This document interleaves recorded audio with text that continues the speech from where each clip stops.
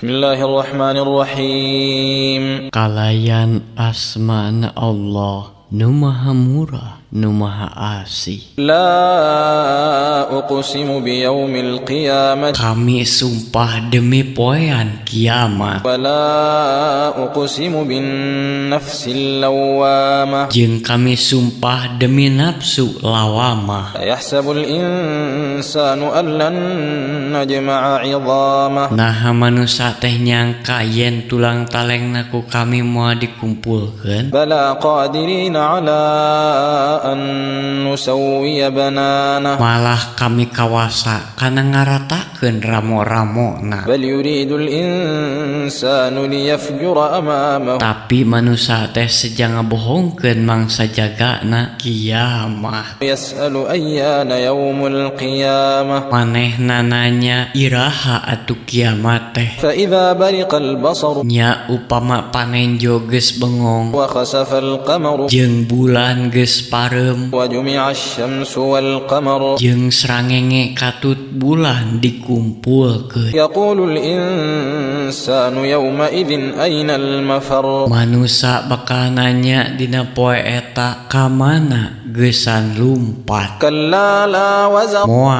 Moal aya tempat panyelindungan. ila rabbika yawma idzinil mustaqar. Nya ka pangeran maneh dina poe eta geusan tumetep. Nabba'ul insanu yawma idzin bima qaddama wa akhkhar. Diwawarkeun ka manusia dina poe eta saniskara anu kumanehna geus dipilampah jeung saniskara anu kumanehna ditinggalkeun. Balil insanu ala nafsihi basira. Jeung manusia teh jadi saksi pikeun dirina. Walau alqa ma'adzira. Sanajan manehna ngasongkeun alasan-alasan keur ngabela diri. La tuharrik bihi lisanaka lita'jala bih. Maneh Muhammad ulah ngusikeun letah ngucapkeun Quran kulantaran hayang buru-buru. Inna alaina jam'ahu wa qur'ana. Saestuna ngumpulkeun jeung macana teh tanggungan kami. Fa idza qara'nahu fattabi'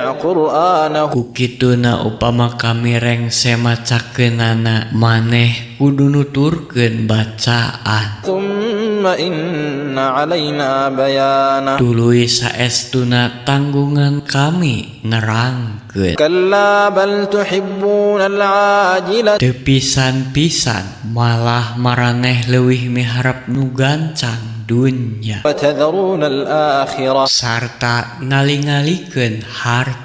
Wujuhun yawma idzin nadhirah Pirang-pirang beungeut dina poe eta kiamat marahmai ila rabbiha nadhirah. naringali ka pangeranana. Wa wujuhun yawma idzin basirah Jeung pirang-pirang beungeut dina poe eta merengut tadhunnu an yuf'ala biha faqirah. manehna yakineun yen bakal tumiba ka manehna siksaan anu matak ngariksekeun tulang tonggongna. Kalla idza balagatit taraqi Ulah kitu upama nyawa nepi kana tikoro wa qila man raq sarta ditanya saha anu rek ngajampean wa dhanna annahu al-firaq jeung manehna yakin yen eta teh waktu pipisahan waltaffatis saqu bis-saqi sarta karipuh patumpuk jeung karipuh ila rabbika yawma idzinil masaq. nya ka pangeran maneh dina poe eta digiring. Fala saddaqa wa la shalla Kulantaran manehna henteu ngabenerkeun jeung henteu salat walakin kadzdzaba wa tawalla. malah manehna ngabohongkeun tur tangga balieur. Thumma dhahaba ila